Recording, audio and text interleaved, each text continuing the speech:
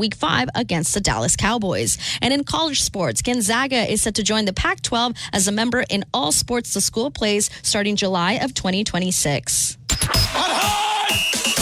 It's time. You know what time it is? Game for Tuscaloosa's longest running sports show. The biggest goal of our team, especially in the first half, we at Bama, we're trying to be the best. Always is to win a national championship. Something cool to look back on. We don't want to waste a failure. You're inside the game. John Mechie on the ground. Appreciate your interest in the game. On your home for Alabama sports. Alabama wins. Tide 100.9 and streaming on the Tide 100.9 app. Powered by Tuscaloosa Toyota. And now, here's your award-winning host, Ryan Fowler. And a big good afternoon to you. Welcome into the game. T-Town Tide 100.9, 1230 WTBC, your home of Alabama Crimson Tide Sports. We're going to be with you for the next 4 hours. Remember to download that Tide 100.9 app. It is a free download, and you can connect with everything that we're able to offer from 6 a.m. to Martin Houston. Wimp and Barry inside the locker room 7 until 9. When you look at 9 until 11, the Gary Harris Show, WVUA Sports Director, Wyatt Fulton, T-Town Sports Daily from 11 until noon. And then from noon until 2, the Miller's Edge with Corey and Christian Miller. We pick it up every day starting at 2 o'clock. We'll get you all the way until 6 o'clock. Another Tuesday as we open up a Southern Ale House score prediction day. I know Vanderbilt's on our mind. We'll certainly talk about Vanderbilt. We'll talk about Alabama getting back on track, things that they can, I say getting back on track, just continue the winning way. That'll be one of the things that we'll dive into, but also I want to spend a little time talking about Alabama and UGA. Alabama, UGA. I want to go back to some Kalen DeBoer audio, but also just a couple of seconds ago, I told you the ratings would be huge. Okay, this backs up my conspiracy. I'm just digging. 12 million viewers. It is the most watched regular season primetime game of any network since 2017. So it is the highest ESPN. But according to any network, 12 million viewers. It did peak at about 14.1 million viewers. According to the ratings, it was the highest regular season college football game, regardless of network, of any since 2017. Let that sink in. So I go back to my rating standpoint, right? Why do those calls sometimes get made to kind of keep the game a little bit close? My theory is that it's all about TV. When you look at the ABC ratings, how much money they make off one football game. Let's say if it's a 55-7 game in the third quarter, how many people are watching it? Quickly goes down. Alabama's back on the practice field. We'll cover that. Seemed like, according to Malachi Moore, a very solid day. Kalen DeBoer even talking about yesterday, when you look back at Tuesday, he said Tuesday needs to be our best practice. Monday's an off day. That's why they said, it not a preview at a Monday practice, get its chance. But he talks about, from a Tuesday perspective, that it needs to be our best practice that we have. So we're going to dive into that. We're going to talk about it right here on the game. We're going to take your phone calls as we'll take score predictions. We'll talk to Mike Detillier. He's going to join us coming up at 2:15. We'll recap that, but we'll also dive in a couple different ways. When you've got that audio ready, give me a finger up, and we'll go back to Kalen DeBoer audio. Let's go back to the Kalen DeBoer opening clips where he said what we're talking about, as he also recaps a little bit of Georgia and also kind of previewing Vanderbilt. Not a lot of questions in that media room about Vanderbilt, but certainly they've got our focus with a 24.5-point underdog, according to the experts in the desert. Here is Kalen DeBoer. Just following up on a few things. I know talked to post-game, covered a lot of the big picture stuff, and coordinators covering a few things here for you. But just continue to be proud of the team. I thought the preparation that we put into the weeks, we had a bye week there. I thought the guys did an excellent job. And I think the preparation goes back before that too. There's just a continual improvement that we have. And it's something I think that's just inside of these guys. They want to be great. Just proud of the way they bring it every single day, and the energy. It shows every day I step on the football field. So proud of that, and they're doing a lot of things well. I think we're continuing to do more things well on both offense, defense, and also with special teams. Always going to be things that we need to continue to clean up. We know we're only as good as our last game, and everything that's on film or anything that didn't go like you'd hoped is going to be what the next opponent's going to look at and try to attack you with. So again, I think looking forward to tomorrow morning and a great practice. Should be full of energy. It needs to be the best Tuesday we've ever had, just because that's the way we have to approach each and every opportunity. Thank you, Coach. We'll start with Charlie Potter on the far right.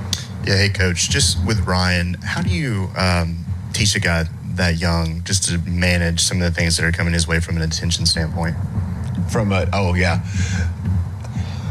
Excuse me. He's obviously got a lot coming his way. Can you give me a water? And a lot of things that we expect him to continue to do, right? Make a lot of plays, and he's, going to continue to bring on that attention, and just educating him and understanding, both on the field while he's doing his thing and away from it, just that the impact he has is seen, influence he has is great, and just how to manage all of that. So it's just a process, and it's not just with him, it's with every one of our guys. We try to do a really good job of that, and there's a lot going on, and every little thing is picked up on, especially these days. And Ryan's first class guy all the way, through and through, and love coaching him. He brings a great work ethic, smile, all the things you want each and every day to practice. All right, so there's the conversation. That is Kalen DeBoer talking about the upcoming game, and not a lot. Like I said, I don't recall one question about Vanderbilt in that media room. It was probably 15, 20 minutes long. I did not recall one question about Vanderbilt. Everybody was kind of looking back at the Georgia game, and I guess that's why it's a rat trap game, right? Because for us, we're not playing Saturday. At least I'm not. You guys might. But if we were playing, we'd probably get beat by Vanderbilt. It'd be the first loss of the season. So, I guess we can focus a little bit on it. We'll throw out some rat poison. We'll talk about it from that perspective. Mike Detillier coming up in just a couple of minutes. We're always powered by Tuscaloosa Toyota, TuscaloosaToyota.com. 3325 Skyline Boulevard and online at TuscaloosaToyota.com. Buy 3 tires, get that 4th tire for only $1. That is the big special happening in the service department throughout the month of October. Buy 3 tires, get that 4th tire for only $1. It is Tuscaloosa Toyota, TuscaloosaToyota.com. 3325 Skyline Boulevard and online at TuscaloosaToyota.com. If you're looking for Camry, Corolla, RAV4, Highlander, Tacoma, 2-wheel drive, 4-wheel drive, Tundra, 2-wheel drive, 4-wheel drive, you can find that at Tuscaloosa Toyota. Great inventory, and you can see all of that inventory online at TuscaloosaToyota.com. We're going to dive into a couple different things. Like I said, Southern Ojai Score Prediction Day. We will take those coming up in a couple of minutes, and we'll also reward the winner.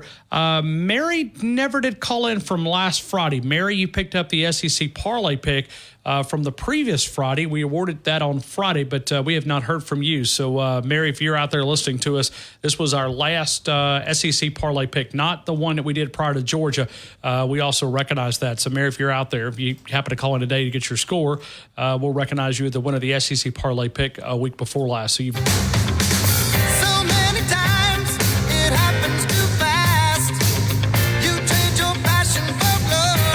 right back into the game here in Tuscaloosa. We're doing a Southern Ojai Score Prediction Day. You can visit either location today. On a Tuesday, you've got lunch and dinner options at the original location on 1530 McFarland Boulevard, and then also Southern Ojai's Dockside up on the Lake Tuscaloosa Marina Drive. If you're going up Highway 43, many of you know where the Winn-Dixie is.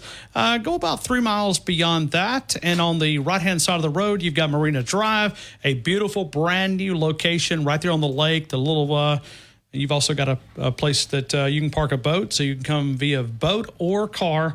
You can enjoy some great seafood entrees. Brett Garner always cooking up some awesome stuff at Southern Ojai's Dockside there, and also the original location. Catering is an option at 205-248-7500, 205-248-7500. Also Burger Day at Southern Ojai's 1530 McFarland Boulevard, 1530 McFarland Boulevard. Also the great menu, Eat Southern, Be Southern. We got Mike Detillier coming up here in just a couple of minutes, and then we're going to dive right back into scores, and we'll kind of get your thoughts. But let's go to Mike Detillier. If you look at WWL, AM and FM, he does an afternoon PM drive host with Bobby Hebert and company.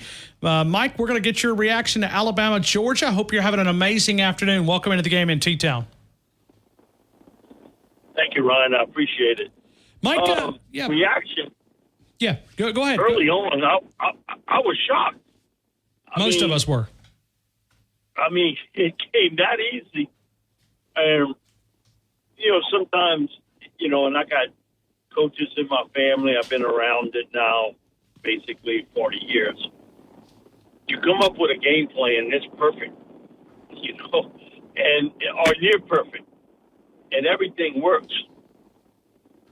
And, it's a little bit of human nature that all you want to do is win the game at this stage. You try to soak a little bit more time off the clock. But, man, offensively, in that first half, Jalen played big time. I mean, he tilted the field. You knew somewhere along the line that Georgia was going to make a run at this. Could you stop them? And boy, did they make a run late. And we talked about this last week. Sometimes it's not so much about the big plays you make. That's certainly part of the game. Who makes the big mistake? Late in the game, not once, twice, Carson Beck short sheets a receiver. Throws it short. Doesn't go in. Doesn't make the play. So when Alabama needed it to get back in, take the lead, it was Milroe, the 17-year-old young man that played like he was an NFL player, and Ryan Williams. So, I was just impressed with the game plan, how they attacked Georgia, jumped on them. I knew Georgia would make a run. And then it came down to who would make the big mistake at quarterback.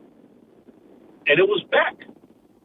It's fortunate the first short throw didn't get picked off, and then he gets picked off the second time. So, and I was impressed so much with Milroe and what he was able to do out on that field.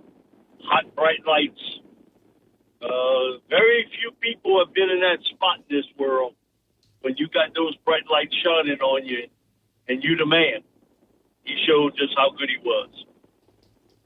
Mike, there's a lot of buzz, and I know it's only one game, it's only one season, but what Kalen DeBoer has been able to do with Jalen Milroe, you've been high on this young man.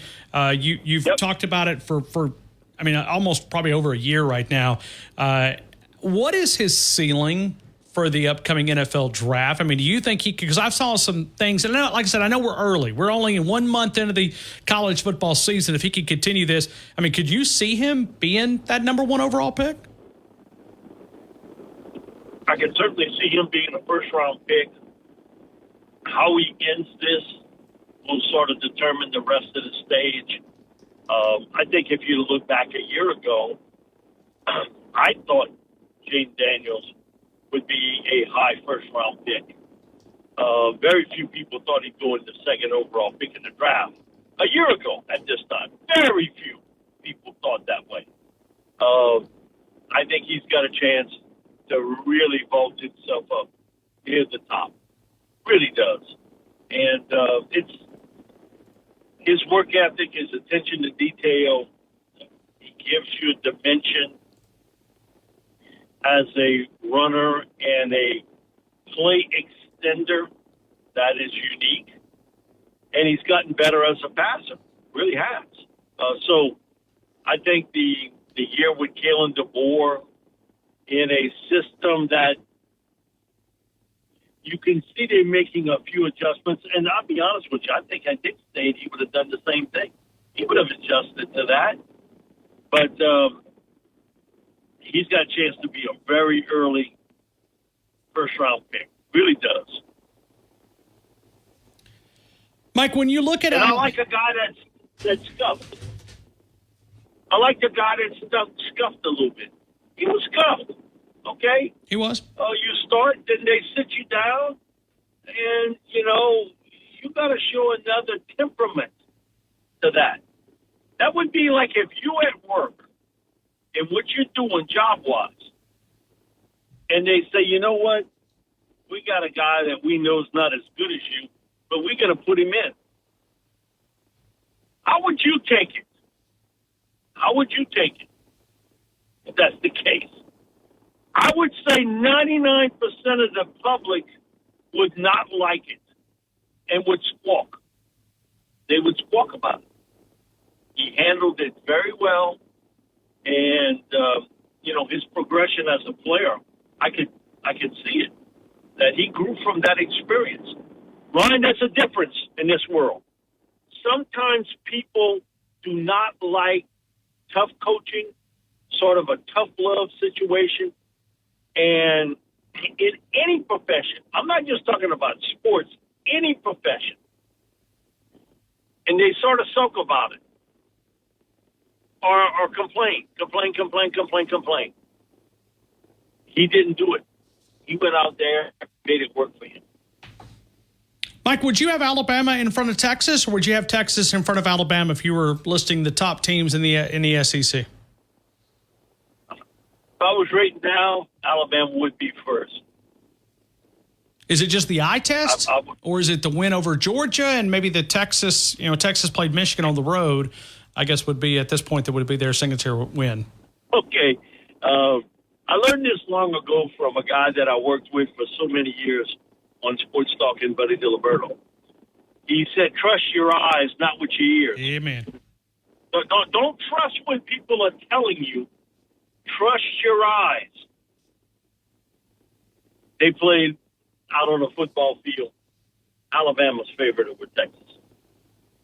At this stage, I'm not saying that'll hold up, but at this point, you would have to prove to me that Texas is better. But so many people talk about the Longhorns, that they're the best team. So a voter will say, man, somebody else thinks that way. I should think that way too. You're not watching with your eyes. You're listening. I learned that long ago.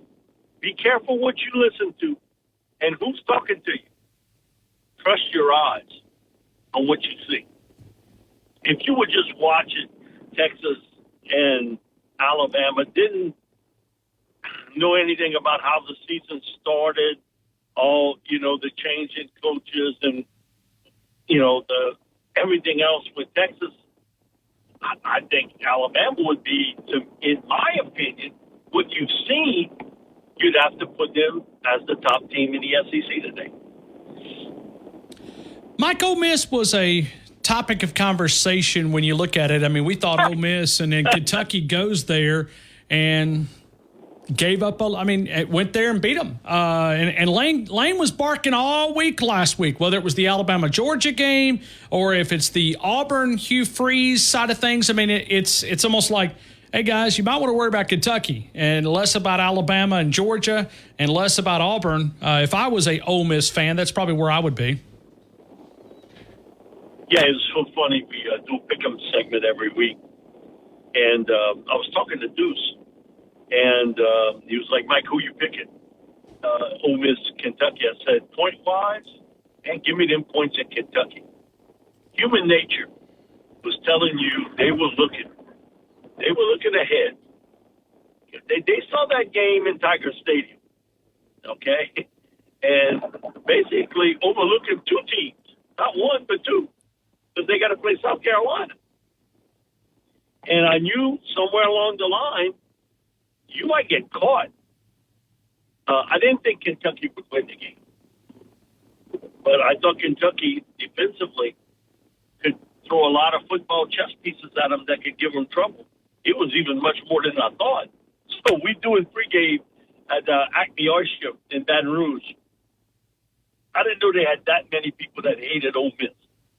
And when Kentucky scored, you heard this roar from the crowd, and then when he missed the field goal, it was the same thing. And Herb Tyler, who I worked with, former LSU quarterback, I knew he disliked Ole Miss, but he didn't bite his tongue about it.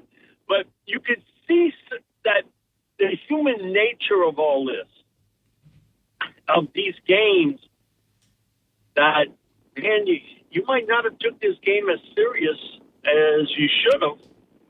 Kentucky came to play, but to do it in Oxford is even more impressive. Had they done that in Lexington, they had them on their own home court, so to speak. They did this in Oxford. What a great job. The biggest win for Kentucky, geez, but you've got to go back like a quarter of a century to take down an undefeated Ole Miss team and do it in their own backyard. But, Brian, again, it teaches you, and it was something that, you know, with Nick, he always kind of emphasized about worrying about today. You know, worrying about the opponent this week, not worry about what's happening in a week from now or 2 weeks from now. Because you know what? Human nature tells you to look ahead, you know, tells you to sort of look ahead. And I'm convinced that would have happened to Ole Miss. Now, I didn't think they'd lose the game, but it was one of my bets this weekend. Take Kentucky in the points. Mike, I want to ask you if LSU, they stumble out of the gate, but it seems like they've got back on track. In Nichols, obviously you work with Nichols, so I'm not going to take shots at Thibodaux, Louisiana, but South Carolina, UCLA, South Alabama, and I say you work with, it's just a partnership that you have with the Manning Passing Academy, and so I won't, but Nichols State, South Carolina, UCLA, South Alabama, and then they get Ole Miss this, well, actually 2 weeks. You get a bye week, then you get them in 2 weeks, but is LSU back on track? Well, the one thing with Nichols, they know how to pass the collection plate around me. I didn't go about 10 minutes from my home, but they do know how to pass the collection plate. And I'm proud of what the Colonels have done. But, offensively, you rolled up 42 points, and it could have been a lot more. I thought, again, Garrett Nussmeier shows you. You know, he's legit. He's the real McCoy. He found the running back in Caden Durham, the young freshman speedster from Texas. And offensively, they had played pretty well most of the games. Defensively, they still got problems in the secondary. South Alabama could not really make hay in that department, so to speak. They could not. And it was probably the most complete game I've seen LSU play all season, offensively and defensively. I thought they've done a better job stopping the run, but they still got issues, Ryan, in the secondary. Still do. So I think they've made strides. But if you go back to Brian Kelly, in his history, he has been a bit of a slow starter. He ain't Usain Bolt coming out of the blocks. And we've seen it here at LSU. His teams have gotten better as the season has gotten along. So, do they have warts on the team? Yes, they do. And it's what we've talked about all offseason, secondary. But I see some improvement despite the fact they're missing their best interior defensive lineman against the run in Jacoby and Guillory, and Hal Perkins not there. They found themselves something new in linebacker Whit Weeks. It almost sounds like a law firm. Weeks and Weeks. Whit and Wes both play on the team, both brothers. And they got a younger brother, Whit told me. He says he's pretty doggone good, too. So they found somebody there, very instinctive, really good football player. And, man, he's a tough guy. But they got problems in the secondary.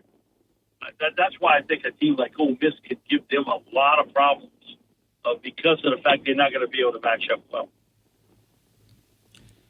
Mike, I want to ask you about the Auburn Tigers because this program was thinking, and now I know we're in this state. We love to pick on them a little bit, but, I mean, at this point, the joke kind of writes itself. 5 home games, winnable football games, and you only come out of it 2-3 with the start of the season. Your reaction to what Hugh Freeze has got his mess in. He's got himself in a mess down in the Plains. Well, I think you got it right the first time. Again, if you don't have, we talked about this last week, if you don't have somebody, a playmaker at quarterback, and, you know, you look at Oklahoma, they still trying to have some footing at the quarterback position. The young man that's playing there now can run, and every once in a while he makes a really nice throw. But can't get off the field, and you don't have a guy that can turn the engine over in the car on offense. And Ryan, it's not going to get any easier. It's going to get worse. And now I think there's some self-doubt. I mean, you can't say that, but it's obvious in these early games where maybe you could have gotten a little traction. It didn't happen. Just didn't happen. So I've been around sports a while. You start a self-doubt situation here of can we do it? And I don't expect you're going to see too much better than what you've seen already. A very erratic football team that's got issues getting off the field defensively, making a big play on defense when they need to. And the quarterback position, it is what it is. It is the one major mistake with Hugh, and he should have understood that at that position to play the schedule they play, if you don't have one, you better go out and you better get one that can be a difference maker. Doesn't have that on the team today, obviously. Mike, final question. You've been at Sports Talk Radio. You're also a historian. You love to collect memorabilia from sports. I want to take you to Pete Rose. Losing Pete Rose. There's part of me that understands betting, but as professional now, how we accept betting, it's always been there, but we're more accepting of it now. I mean, we're putting kiosks all over the cities, and I guess probably in some NFL stadiums. We've got a team in Las Vegas. It's almost part now is like they're going to put him in the Hall of Fame. Do you think they'll ever try to put him in the Hall of Fame, even though he's passed away? I've talked to writers that say I would like that opportunity to at least vote on it. Sure. The misperception is that, it's the writers that are keeping him out of Baseball Hall of Fame. No, it's not. It's the hierarchy of baseball. It was Bud Selig. And I have talked to a number of them. They will write in Pete's name. At least they want an opportunity to vote on it, if he should be in or not. It almost reminds me a little bit of Kenny Stabler, not in a different way. Very much. Very much. And that was some fingers pointed toward Kenny. So I think with Pete, he should be in. I think that, once you started this partnership with gambling, and we can't do a talk show without there's ads in it, right? It would be hypocritical of us to say, the gambling got nothing to do with it. No, and they sponsoring our shows. Sure. So, well, and the writers are talking about it too. Don't think they're not writing about odds and favorites and all that. I mean, that's gambling, whether they want to admit it or not. Every week. But you cannot write the history of Major League Baseball in the 60s, 70s, and early 80s without Pete Rose. Okay, in my youth, to watch him play. He was a modern-day Ty Cobb. In essence, everything was about winning. And I don't care what I got to do to win, I'm going to do it. That's what attracted you to Pete. He was talented. I think what gets overlooked, Ryan, is that people, he played better than his talent. No, he played to his capabilities as a player, but it was how he treated the game as a player. That, man, it meant something. And so for a lot of people, they saw, and a lot of these people, growing up and watching him, they had been in Korea. Man, they see the grit, the toughness, his hustle out there. And that moment in an all-star game where he clocks Ray Fosse, at the plate. Ray was blocking it. This is an all-star game. But it didn't matter to Pete. He wanted to win at all costs.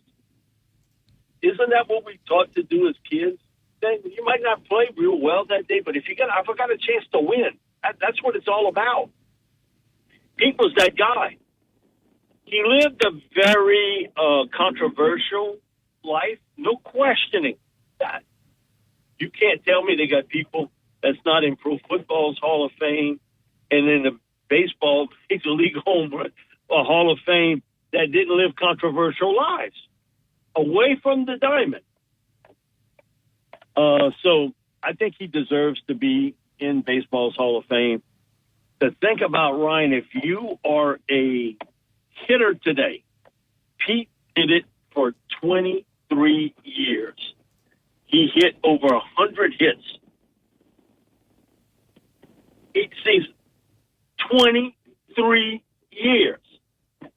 At 23 to 2024, if that guy's breaking into majors, when he's going to break Rose's record? We ain't doing sports talk in 2048. I know I ain't, for sure. Maybe you got a shot, Ryan, in 2048, but I know I won't. I mean, it's amazing his skill set as a batter, and it was like he was a professor in teaching you how to swing a bat and changing his stance. And he would say sometimes you get in a little slump, I would change my stance a little bit or choke up a little bit more on the bat. Was he a home run hitter? No. But he sprayed the ball around as well as on a baseball field. He was tremendous on the defensive side, but it was his will to win. I've only seen one guy that I could compare him to. At one time, he was the coach of the Saints. Mike Ditka was Pro Football's version of Pete Rose. Mike would do anything to win. Anything. And he told me how, as a rookie, they had a $15,000 bonus if he became the Rookie of the Year and he played a certain amount of games. He played that first year with a broken foot, and he broke a bone in his ankle. Mike, I got my $15,000, but you know what it cost me? Probably millions. Because you know why? I've had 2 hip replacements, 2 knee replacements, but that was how you did it back then. That's how you played.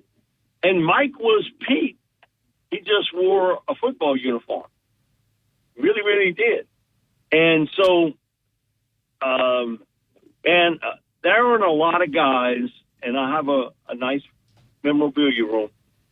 There aren't a lot of guys that have an autographed baseball and bat. I do for Pete. Wow. What a collection. He, in my opinion, deserved that honor. Okay, he did wrong. Okay, you wasn't supposed to bet on baseball. But we look at gambling differently today than we did back in 1989. We look at it differently. And can't tell me, we had Paul Hornung on. God bless him. Golden, man, he was something else. One of the best guests we've ever had on when he was alive. And, man, he talked about, they caught him gambling. And he got suspended from the NFL for a year. He did think it really sort of hit the brakes on him going into Pro Football's Hall of Fame. But he said, what the NFL wanted to do, the lawyers and Rozelle, they wanted him to rat on the other guys doing it. And Hornung was, I ain't saying nothing. I don't know nothing. I didn't hear nothing. He said, they knew they had me, but they were trying to cut me a deal, so to speak, for me to say something about somebody else. They had me and Alex Karras. That's the right. Said I wasn't doing it. And so I look back at Hornung and how they did him, and I think, basically it was really toward the end of Paul's life that he got in, similar to Ken, the Stabler, that, those things happen. But I just wish he was on the ballot, Ryan, that you would have that choice to vote for him or not. And eventually, I think, we're going to look at the 90s and early 2000s and the steroid era, and so many guys were taking it at that time, that we're going to look back and maybe look back a little differently on Bonds, on McGuire, on Sosa, on Roger Clemens, those guys too. But, and watch Pete as a kid. There wasn't a lot of guys like him, and he came to play. God bless him. He was a hell of an interview too. We had him on a couple times, and man, he could tell stories. He was fabulous with a story. He was never great about talking about himself, but he was great talking about, a team, player, incident that happened, and he was fantastic doing that. So when I had to read it yesterday when it came across, I saw TMZ had it first. And the one thing I know about TMZ, they take a lot of shots from people, but I think TMZ knows you dead before you don't. They unreal breaking these stories about people. And so, I think about Pete as a kid. And you lost part of your youth. For a guy like me, he was part of my youth and watching baseball and enjoying the game so much because of the way he played. Mike Detillier, WWL, the Big 870. Mike, I appreciate you, man. Have an awesome show this afternoon. Thank you, Ryan. I appreciate it, buddy. Thank you. I appreciate you. Mike Detillier helping us out there. Let's continue with more phone calls. Southern Ojai Score Prediction Day. Get in. We've got one.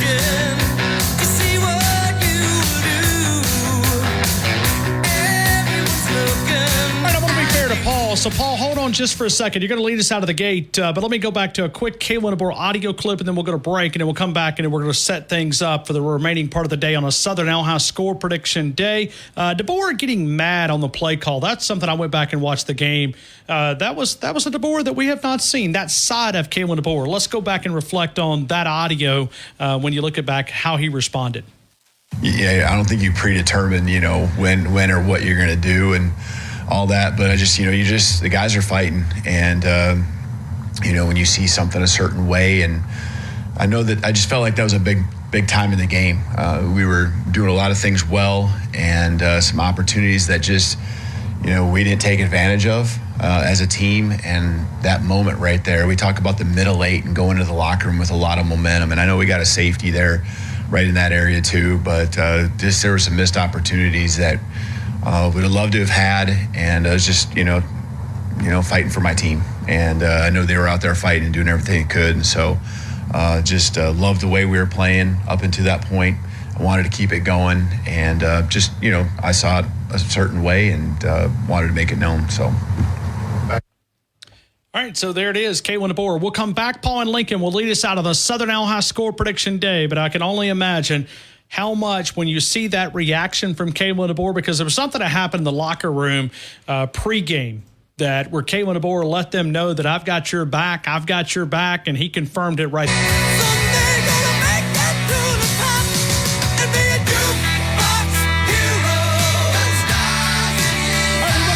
Into the game here in Tuscaloosa, Southern Ojai Score Prediction Day. Let's go to Paul and Lincoln. Paul, good afternoon. You're in the game. Embrace the suck, Ryan. Well, it's awful, isn't it? Let's embrace the. No, it's glorious. It's absolutely glorious. That's SAUCK, and the AU stands for the Auburn Tigers. What a great Saturday! Right, and we've had 3 great Saturdays, Ryan, so far this season. Oh yeah. And I got a feeling we're going to have a 4th great Saturday this coming Saturday, Ryan. You got a manufactured 5-game homestand to start the season, and the best you can do is 2-3. Wow. 2-3. I got into it with a couple of Auburn buddies yesterday.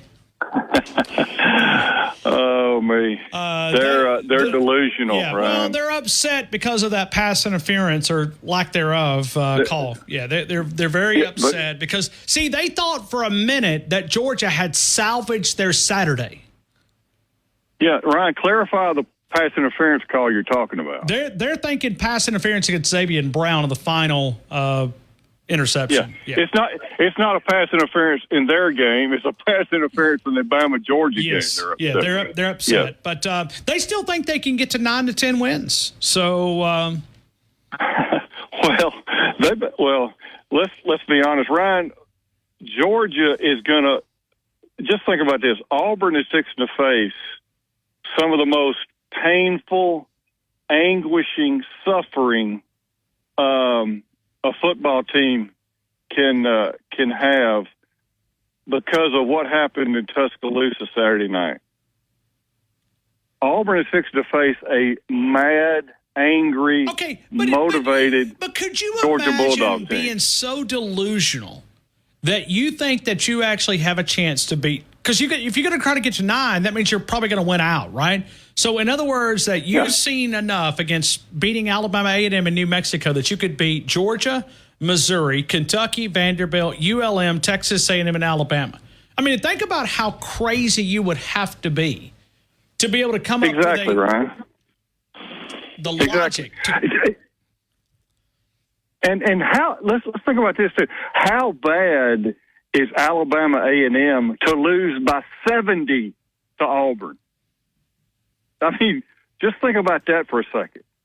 How bad are they to lose by 70 to this clown show down in Lee County? My gosh, Ryan, I didn't get a chance to call yesterday. What a unbelievable Saturday night that was, man. It was the ebbs. I mean, you couldn't have drawn up a better first half for Alabama. I mean, they were a well-oiled machine, and I'm like Mike. I knew Georgia.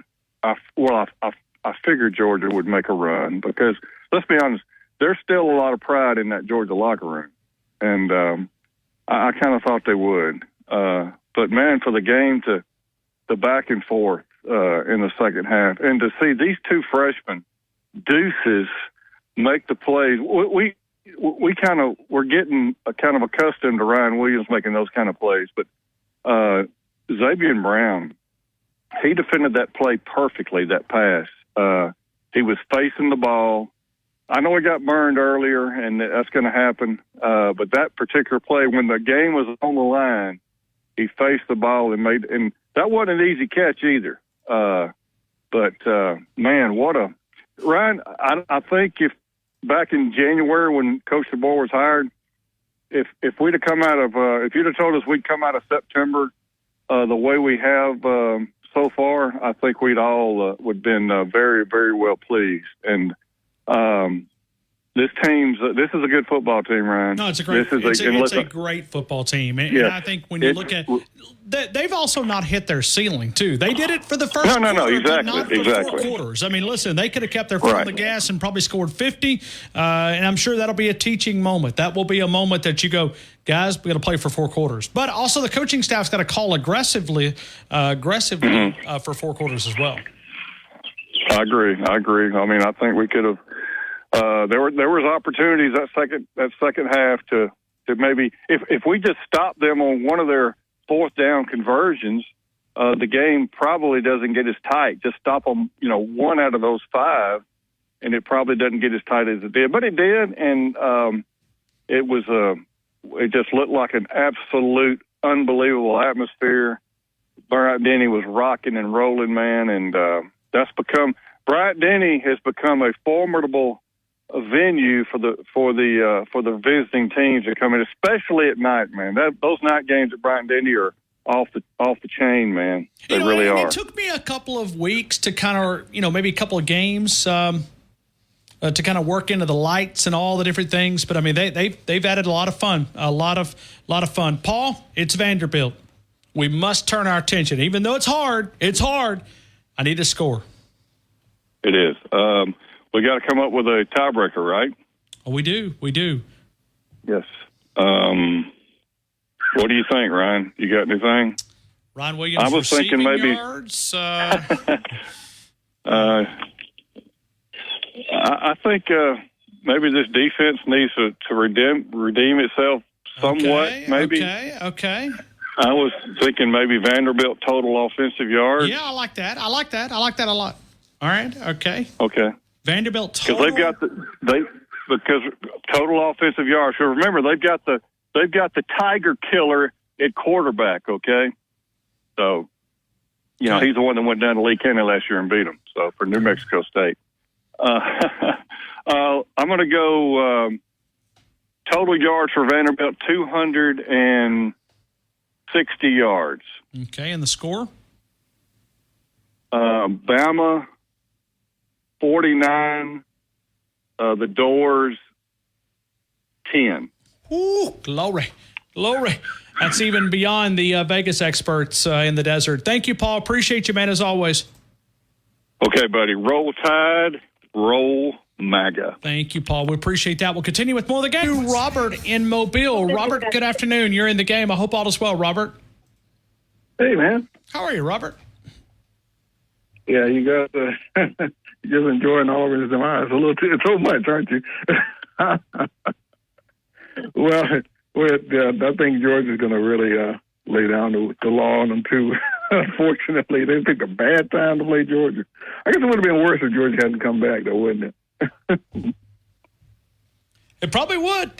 Listen, I was sitting there going, there was two different, the roller coaster of the emotions of my game, okay? And I'll kind of walk you through this, Robert, because last week when you guys were calling in with your score predictions, I kind of laughed a couple of score predictions, right? Like when Josh called in, there was some 42-10s, and there was several 42-10s. And I kept going, guys, whoa. I was already ready to eat crow. I was already like the first half, I'm like, this is going to be a rough Monday for me. I'm going to be eating a little bit of crow because Alabama's going to stomp a mud hole in these guys. Because I thought it was going to be 8 to 10 points is where I had. I had it 28-20. But I thought it was between that range, 8 to 10 points, fourth quarter game going in. And then all of a sudden that rebound kind of saved my butt. I thought Alabama was going to win, but I didn't think it was going to be that type of game.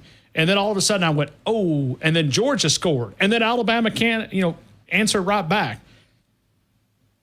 It was a roller coaster. That was the only bummer about the game. It's, we had a chance to, what it says, remove all doubt. Alabama's still a king and the Georgia can't do anything with us. And we left the door open with enough doubt for them to feel good about themselves. The comeback gives them a chance to feel good. They play about as bad as they could play. And they still managed to take the lead back on us. That leaves a little bit of a bad taste, and it's like it really gives them something that they can build on. Unfortunately, because Carlsberg was terrible in the first half, and you look at the stats, and Georgia can think, hey, you go 4 turnovers or however many turnovers, and we still took the lead. Well, I guess, okay. Now the Georgia fan can say if we don't turn the ball over, we win type situation. And you guys also correctly pointed out that, hey, well, if we stop you on at least one of those fourth down, this game isn't even close. So, but it's okay, guys. We could have removed all doubt, and we gave them reason to feel good. We got to try to stamp it out the next time we play them. If we play them, a lot of people are taking for granted that Georgia's going to make the playoff. I'm looking at their schedule, and I'm not taking that for granted at all. I'm taking for granted we'll make the playoff, but I'm not taking for granted that Georgia will make the playoff. I can see 2 more losses. It's possible. I know because we know Kirby Smart's not going to take it for granted. He's again the Nick Saban acolyte. He's too smart for that. But a lot of these fans, a lot of these pundits, they keep taking that for granted. They better not take it for granted. My score prediction is, unfortunately, I hope it'll come out flat, but it just seems like they will. I know you mentioned the Kalen DeBoer interview, and nobody asked him. Did anybody ask him any question about the Vanderbilt game? No, I'm strictly going off memory. I was in that room, and many times when you've got a question that you're trying to work in, you are listening, but you're also trying to set up your question. And the biggest thing is, if you've ever been in a press room, they go in and they write down your name. So immediately when he walks in, you raise your hand. Right. And so they're documenting, all right, I got Jaisha, Ryan, whoever, Wyatt, whoever the guy's asking the question. And so you go through the list. And you always got to have like 2 or 3 questions in your mind. So a couple of my questions that I was going to go kind of got taken away. And so then you're listening to the press conference, no doubt. I mean, you're listening, Kush, you're there. But you're also kind of setting up your question. I don't recall, and this is just strictly on recall, I don't remember one question about Vanderbilt. Yeah, Saban would have gone off on one of his famous rants. Jaisha, were you there? Were you in the room? Because I know you come to a lot of those Monday press conferences, Jaisha. Were you in the room? I mean, I didn't go in person. I watched it on Twitter, and I'm actually rewatching it now. And no, they didn't ask us. Yeah, I don't think there was one Vanderbilt question. Say would have gone off on one of his famous rants about that. Not talking. We're all tripping over rat traps growing in. Yeah, I mean, literally, there's rat traps in the hallway of the media room, right outside the media room. Well, that's helpful. No. It's not like we have mice. It's basically that. I know. Yeah, it's a mental thing. It's a visual aid to go, guys. We got to go train. Yeah, you're exactly. But they would have used a rant that they didn't ask him about Vanderbilt to get it, to talk to his player more so than to meet us. He normally does. DeBoer is going to have to. DeBoer still likes to talk to you guys versus over you guys to his player. I mean, maybe he didn't have to talk to. Maybe he didn't have to do those tactics, but Saban, that was always he's famous for that. Listen, whatever he's doing, it's working, man. It's working. Yeah. So keep doing what you're doing. keep doing you. It's so set up for a flat start. Hopefully they'll surprise me and they won't come out flat. But I mean, they'll win the game. I have zeroed out of that. It's just what kind of a start we're going to come out of the gate, and to come out the gate to put them away early. I fully expect to see Ty Simpson in that game in the fourth quarter.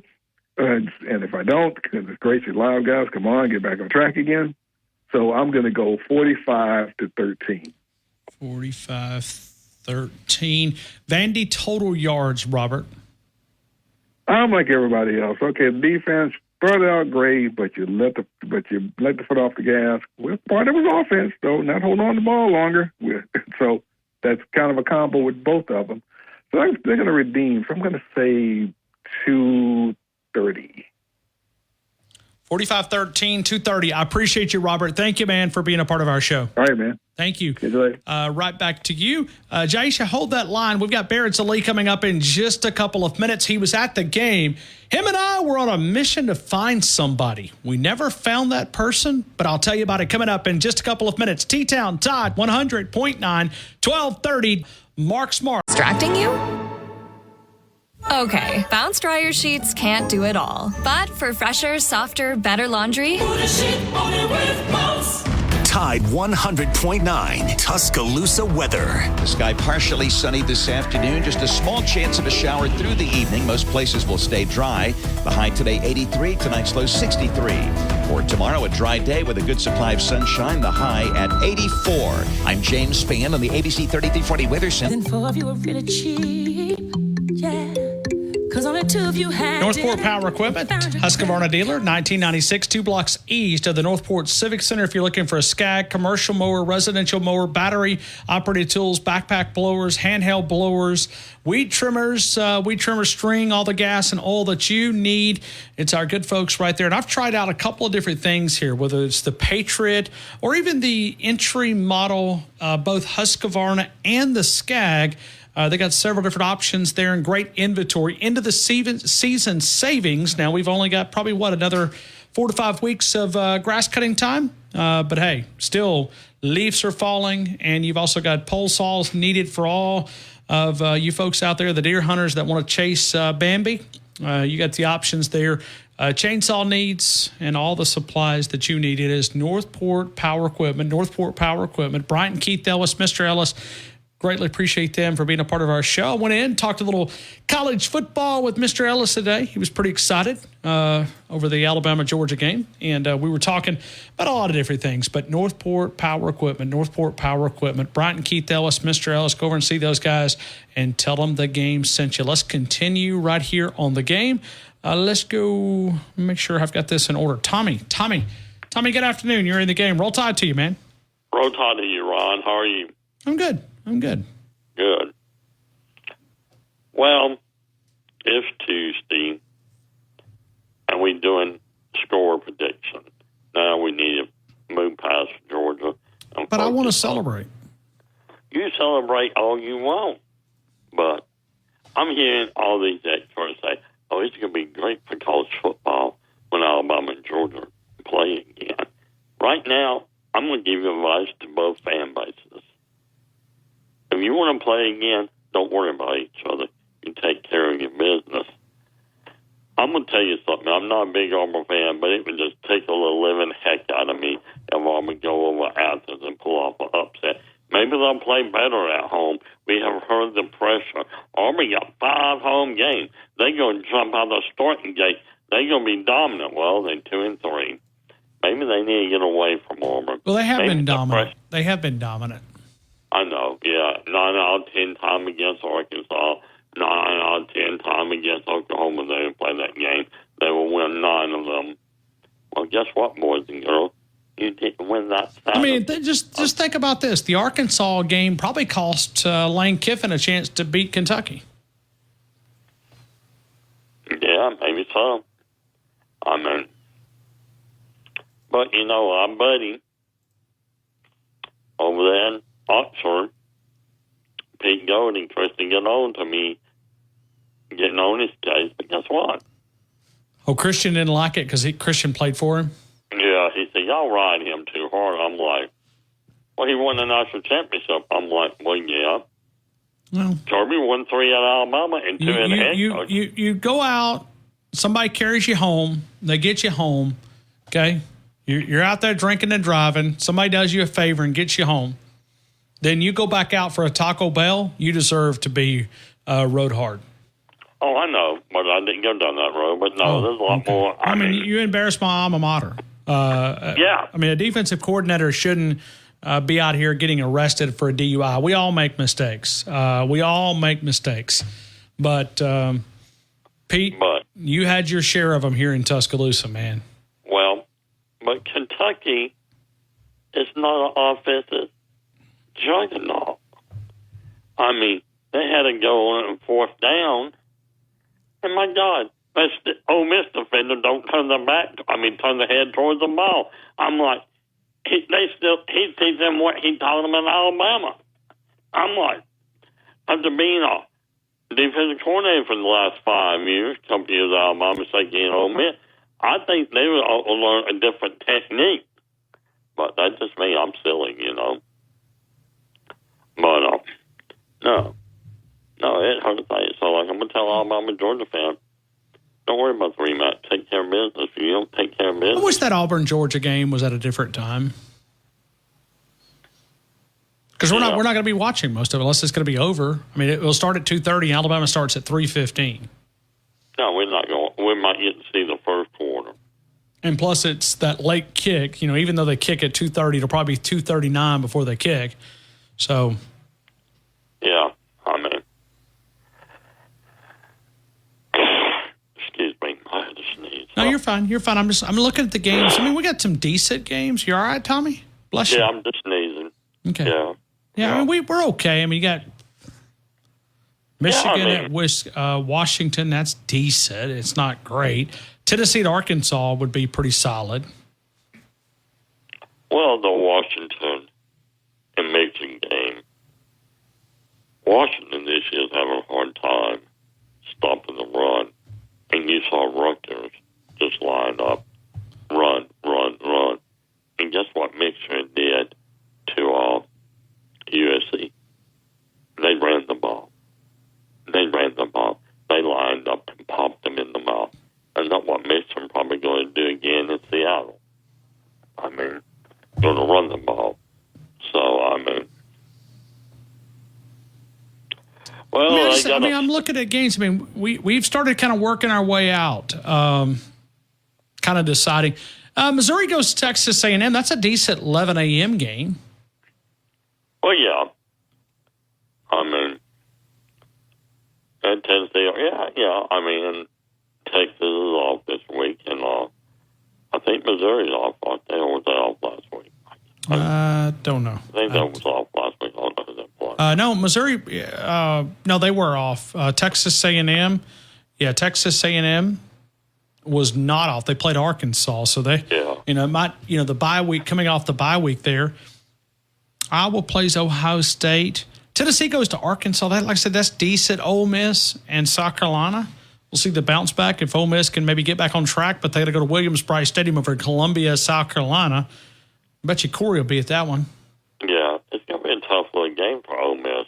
But it's SEC football. This is really no blowout game, the only team that's really struggling besides Auburn, Mississippi State. Nobody expects Mississippi State to do anything this year, or their first year coach over there. So, and the Vanderbilt have done better than a lot of people. And I know Alabama playing the Virginia Tech game, and they're playing the Missouri game. Vanderbilt like to tie it up to make it go into a second overtime in Columbia, Missouri. So, hey, disrespect your opponent. I love the mousetraps. Don't bite the cheese. You might get snapped. That's all right. That's okay. You're going to work for us someday.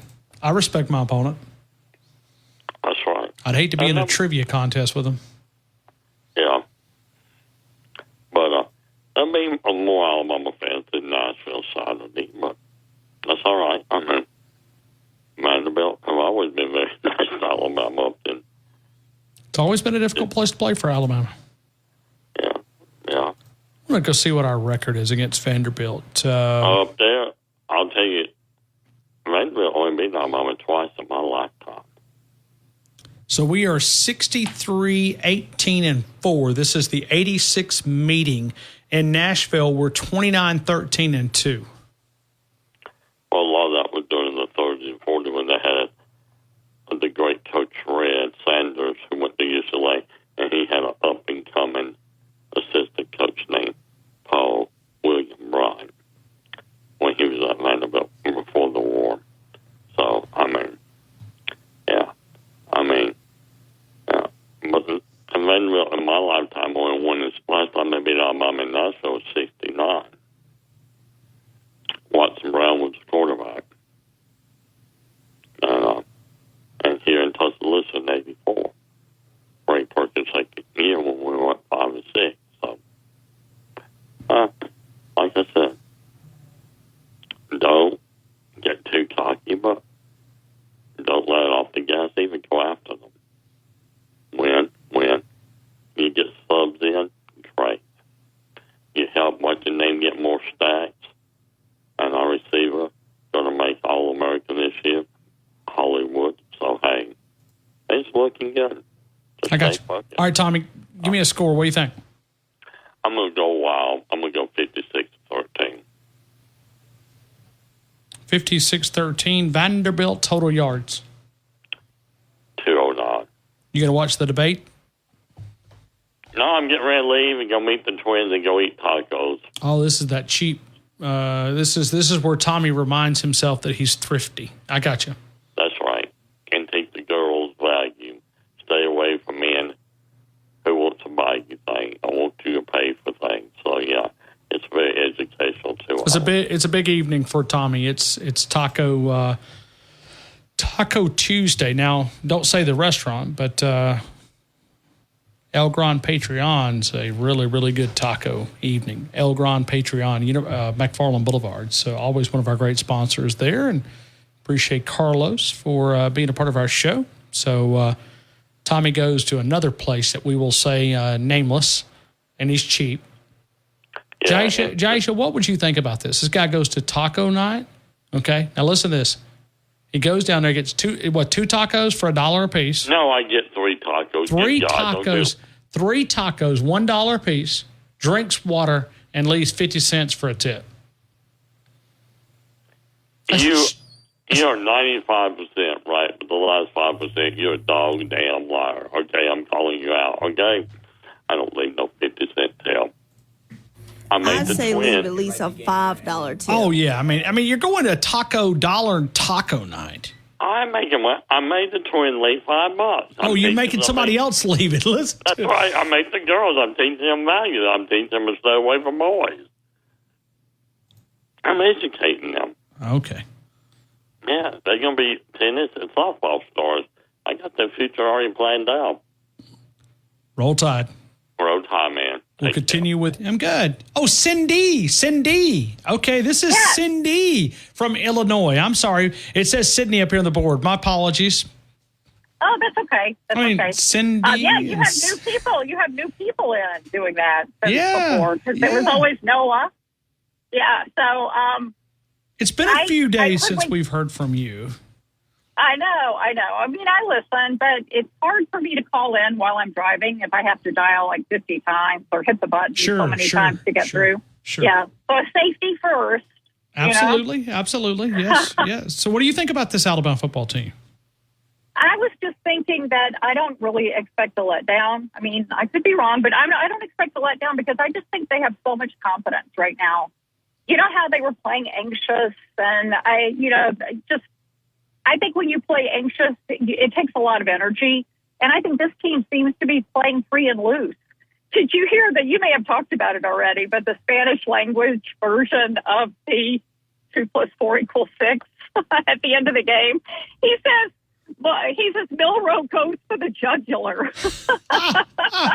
Well, don't let the softies hear that. They'll go crazy. I mean, I know. Kill everyone. Yeah, Lord. I mean, like he's really going to come out with a AR or something. I mean, they look for anything to slam Alabama. That's okay. I mean, that's part of the territory. I know. And the eye black thing, this guy for Outkick wrote this column about how Ryan Williams needs to grow up. And you know what his bio page says? He's a man, 40 years old, and his life goal is to find Middle Earth.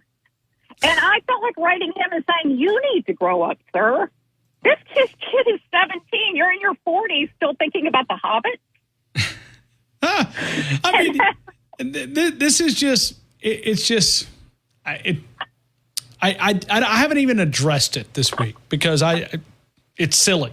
It's silly. It's just they don't have anything else to slam against Alabama. And I understand when you slam Alabama, that's appealing to some, but it makes you look ignorant. Well, I had the funniest experience watching the game. I mean, obviously, the first part of the game was a fever dream. Can we agree on that? That was just amazing. Almost like you have to pinch yourself. Like, is this really happening? I know. Like, what? I can't believe it. And then, I think most of us started thinking Cam back. Like when the Georgia kept scoring, and I'm thinking, oh my God, we're going to lose like we lost to Auburn that time. It just scared me to death. But I have a sister-in-law who just loves Georgia, and she texted me when it was like 14-0, and she said, I'm out. I've got an early flight tomorrow. Congratulations. Like she was already congratulating me. So being as benevolent as I am, when Georgia took the lead, I texted her and said, you better start watching. You quit on your team too early. And then I felt bad because the very first place she would have seen was Alabama taking the lead back. That would have been tough. Yeah. But Ryan, I'm going to the game in Nashville. So I can be your on-the-scene reporter. Okay. Yeah. It would have made more sense to go to Madison. Do we have anybody going to Nashville? Wyatt, are you going to Nashville? He's not listening to me. Are you going to Nashville? I am. I will be in Nash Vegas. Okay. Oh, that's good. I think there's going to be a lot of us I was about to send Cindy as our correspondent, but it sounds like Wyatt's got that job. Oh, that's fine. Yeah, I'm going to Tennessee for a weekend for a wedding on Sunday, and I'm going to be there Friday, Saturday, and Sunday. And I thought, why am I not going to the game? Yeah, tickets are not that bad. I mean, they're fairly priced. Well, they were very still. Yeah, I mean, the tickets we got are like probably on the 25-yard line, and they were $200 each. But I mean, it's going to be a lot easier, I think, than trying to maneuver like at Tuscaloosa or Knoxville or Athens or a place like that. So I'm excited about it. And I think that they're going to win like 49-14 maybe. Okay, 49-14. And I'm going to say 300 yards because Pavia is good and Alabama does kind of give up yards between the 20s, Okay. All right, 300 yards total, 49-14. I got it. Right. And lastly, I just wanted to say, now, I was trying to look for silver linings in the Georgia comeback and, not being demoralized by the way that happened. And I thought, how good this was for our inexperienced defensive back to be put into that kind of baptism by fire situation. I think over the course of the season that's going to stand them in better stead because they got a barrage of long passes from a desperate quarterback who's probably going to be a first-round draft pick. And they were on islands, out there with the Georgia receivers doing their best. And, I think that's better than simulated practice. So, Cindy, I think it's perfect the way that it worked out. Yeah, I would have loved to be able to, knock the moral compass out of Georgia and not being able to survive. But at the end of the day, I think it worked out pretty nice. Hey, Cindy, I've got to get to this break. Thank you so much for being a part of our show. Uh-huh. Take care, Ryan. Yeah, please call back soon. Bye-bye. I always enjoy our chats. Thank you. Let's go to Hunter. Hunter, good afternoon. You're in the game. Yes, sir. How you doing? I'm good. Thank you for calling in. Yes, sir. Where are you calling us probably from? know my dad. I'm calling you from Tuscaloosa. You probably know my dad, Joe from Duncanville. Oh, I sure do. Yeah, absolutely. Yes, sir. Yes, sir. Well, I was just calling in to give a score prediction. Okay, talk to me. Yes, sir. I'm going to call it 57-13. Okay, 57-13. And then Vanderbilt total yards? Let's go 287. Okay. Hey, tell Joe. We're going to take that ball away from him. Tell Joe that, we heard he'd been flirting around with some Auburn folks, so we hadn't heard from him in a long time. Yeah, my mama, she's an Auburn fan from way back. She just don't know any better is all. Okay, nothing wrong with that. Thanks, Hunter. Roll Tide to you, man. Yes, sir. Thank you. Roll Tide. Roll Tide. We'll come back. We'll take more phone calls coming up in just a couple of minutes. T-Town Tide 100.9, 1230 WTBC, your home of Alabama Crimson Tide Sports. 100.9 traffic. Tuscaloosa traffic now from the Townsend Nissan Traffic Center. Well, same song, different verse. We're moving along with the purpose on the Tuscaloosa freeways and side streets. The pretty typical spots are heavy. And so you got Lurleen Wallace. That is a slow roll, mostly northbound and between University and McFarland. And you're also continuing northbound with the Babbel facilite grandement l'apprentissage d'une nouvelle langue. Now try Babbel for free at Babbel.com. That's BABBEL.com. Babbel.com. It's the longest running sports show in Tuscaloosa. You're listening to the... Thank you for listening to The Game.